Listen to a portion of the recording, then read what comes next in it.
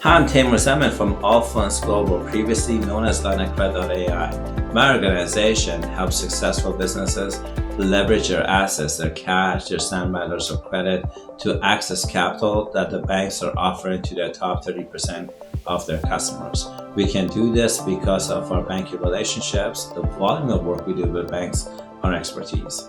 The capital that our clients are getting allows them to get the funding they need to grow their business, expand their business, even at many times have funding that they need to buy auxiliary and side businesses.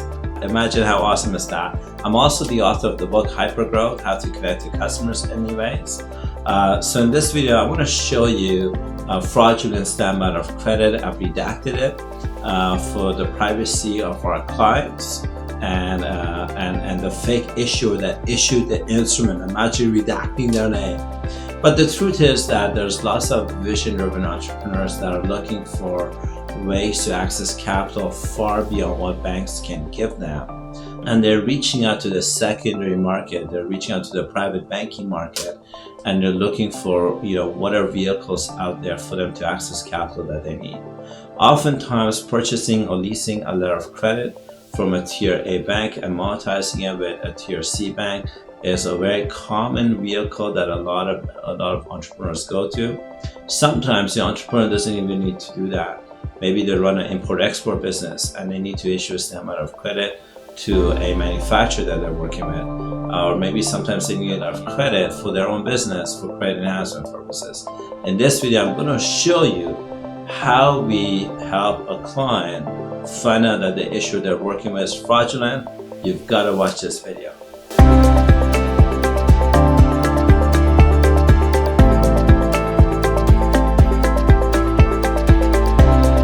going to take a minute and show you how we verify whether the instrument is real or not. The first thing that you do is you want to look for spelling errors. So I'm just going to show you this document as an example.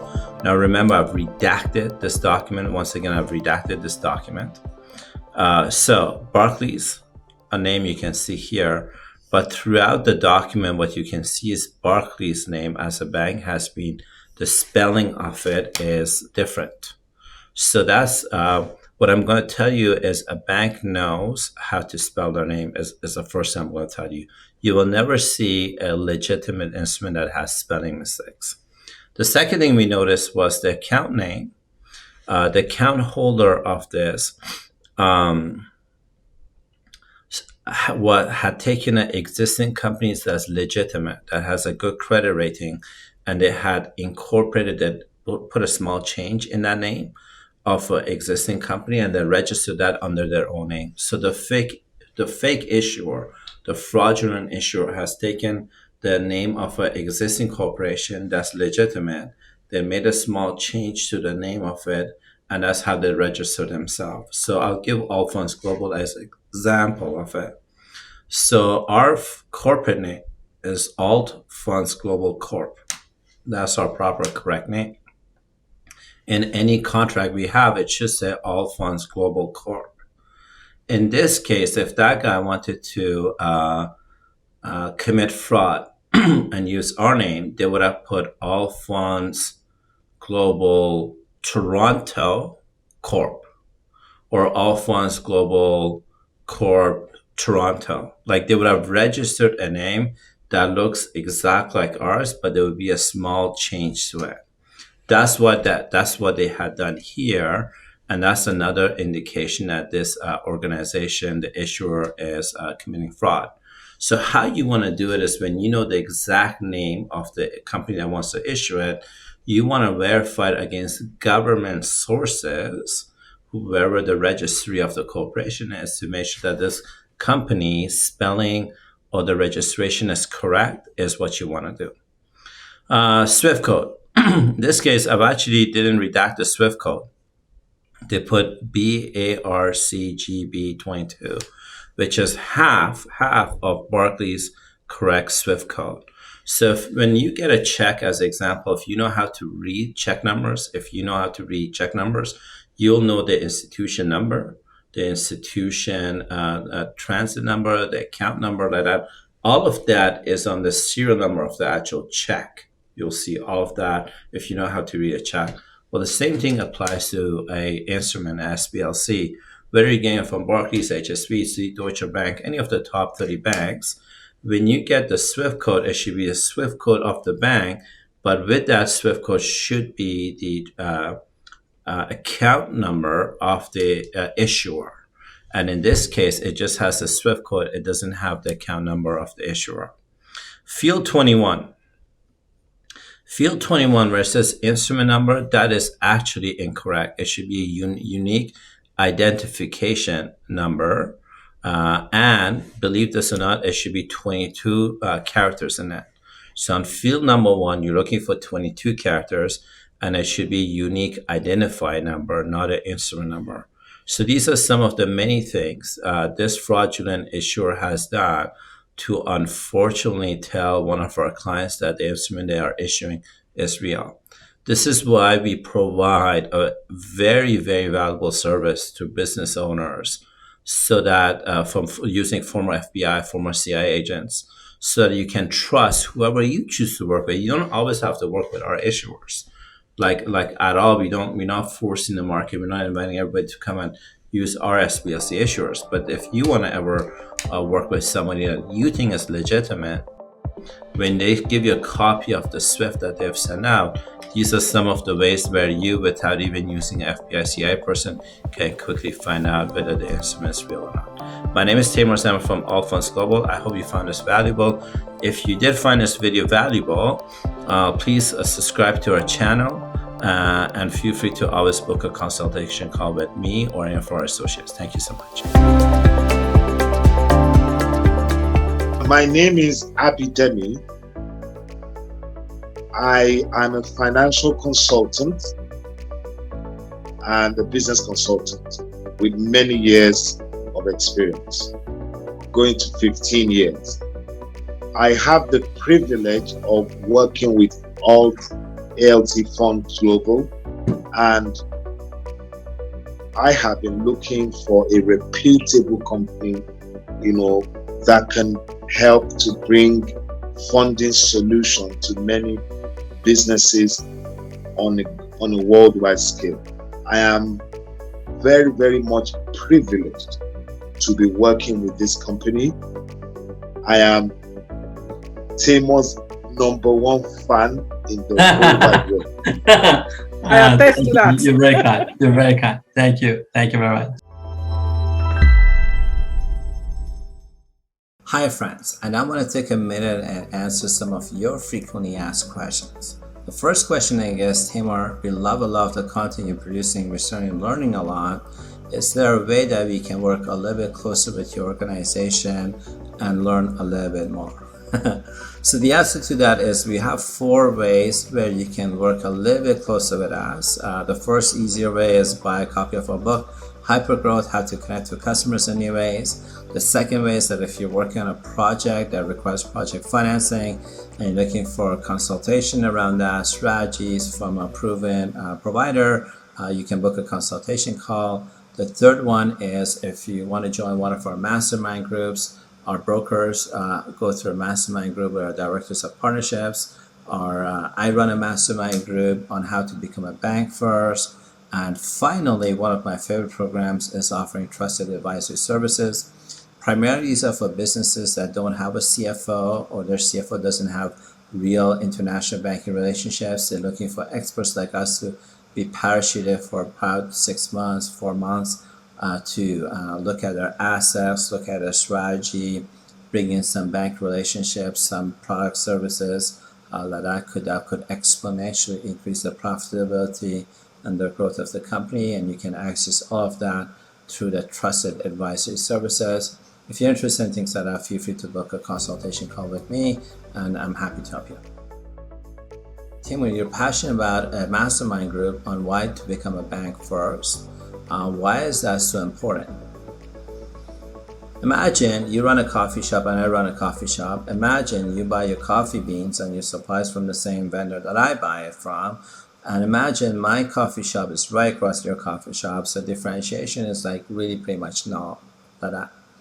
If you drank the Kool-Aid called learn how to become a bank first before you become a coffee shop runner or owner, or being a real estate developer, or being a venture capitalist, whatever you do for a living, if you drank the Kool-Aid of becoming a bank first, you will not have issues and the challenges traditional businesses have.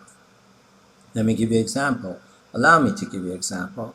You made $500,000 net profit in your coffee shop business. I made $500,000 net profit in my business. You drank the Kool-Aid on how to become a bank first. You take your $500,000, you walk into places like Cayman Islands that allows foreigners like you and I to open bank licenses, not bank accounts, not corporate accounts, but you open up bank licenses.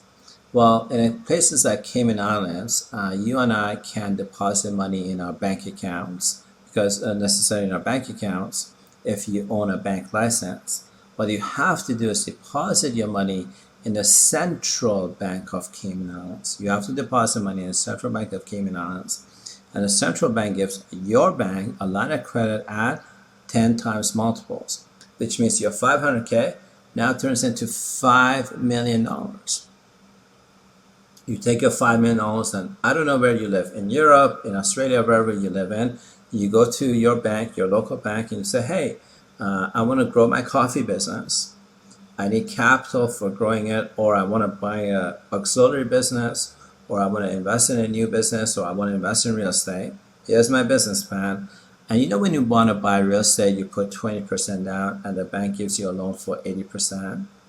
So guess what you do with your $5 million? You put it down, your $5 million as your deposit, and you get your bank to give you a loan for 80% of 80% of the project you're looking for, with a $5 million deposit.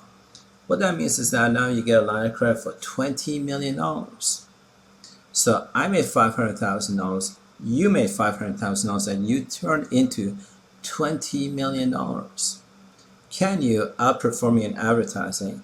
Can you maybe go to the supplier and say, hey, I want to buy bulk coffee beans or whatever the deal is. Give me a discount that you can't give to Taimour because I'm going to be buying it in bulk.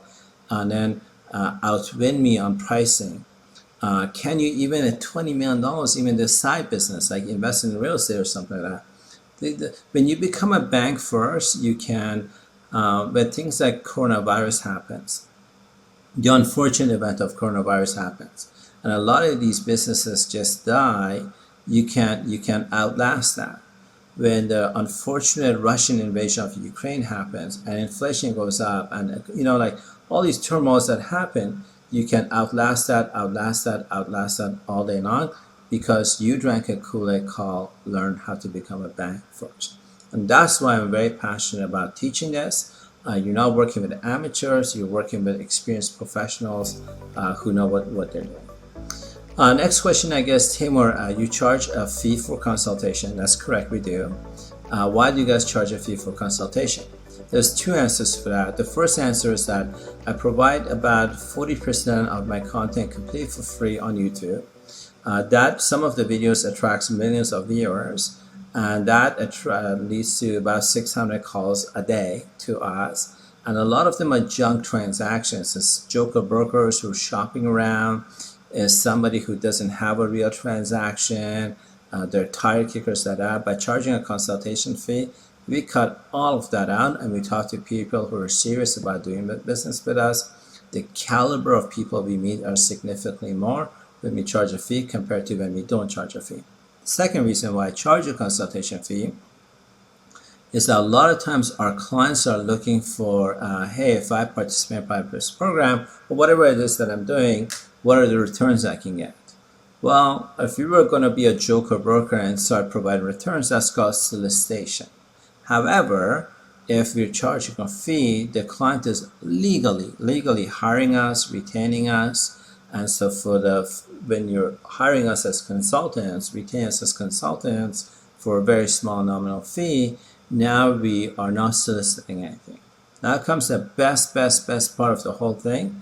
We actually refund 100% of the fee to the client at the time of a transaction completing. So we refund 100% of the money when transaction completes. So this way, I wouldn't say there's no cost for the call, but I just want to make sure I'm talking to a qualified individual that's ready, willing, and able to do a transaction versus targeters. Who's your ideal client and who's not? Our ideal clients are businesses that have cash, that have to have some kind of liquid cash and or assets like letters of credit, real estate, like that, and they're leveraged. They're looking for large amount of capital that banks are offering primarily to their Fortune 30, Fortune 50 clients, like that. You're leveraging us because of a volume of transactions we do with banks, our experience, our expertise, our ability to execute, and this new amount of capital allows our clients to get funding that allows them to buy a business, buy a new business, buy existing business, expand your business, get the project funding you need for project expansion, like that. And that's the market we are interested in serving, businesses that have some kind of liquid capital and or assets, and they're ready to start a transaction. Why is there no defamation or lawsuits against your organization? So knock on wood, as a date of this video, there's no defamation or lawsuits against my organization. Awesome, yeah. There's two answers why there isn't any. The corporate answer is because we operate with a high level of integrity. Everything we do is to law firms, on paper, like things like that. That's the corporate answer. The truthful answer is my vision as a CEO hasn't been bold enough, big enough for me to knock some trees down for this to happen. Here's the facts. Here's some facts. If you look at the big brand names in your household, whichever car you drive, a Honda, a Toyota, a Mercedes, or whatever medicines you have, Taimour, whoever your fridge manufacturer is, whether you use Google, Facebook, look at the big brands of things you consume in your household. Look at the income statement of these big brands. You will notice every one of them, whether it's the car you drive, the medicine you're consuming, the internet, Google, Facebook, or look at their income statements, and you'll notice that litigation is part of their income statement. Litigation is part of their income statement. Fact is that a lot of organizations at some point in your growth, in your maturity of your business, litigation unfortunately is part of it. When it comes to us, we're ready, willing, and able. But the fact that we don't have it, my truthful answer, not my corporate answer, is because my vision as the CEO hasn't been bold, big enough for me to try to disrupt the world kind of thing. My last question is, we are interested in learning about participating in small cap or alternative to small cap private placement programs.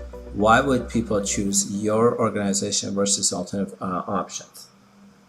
I would think because we use attorneys, securities attorneys, international attorneys. I think that's probably a big one because I'm in a private placement program, have been in a private placement program. I've done buy and sells myself successfully. So I would say the why choose us, experience, expertise, ability to execute. We're not providing providers that have a Gmail, Hotmail, email address like that.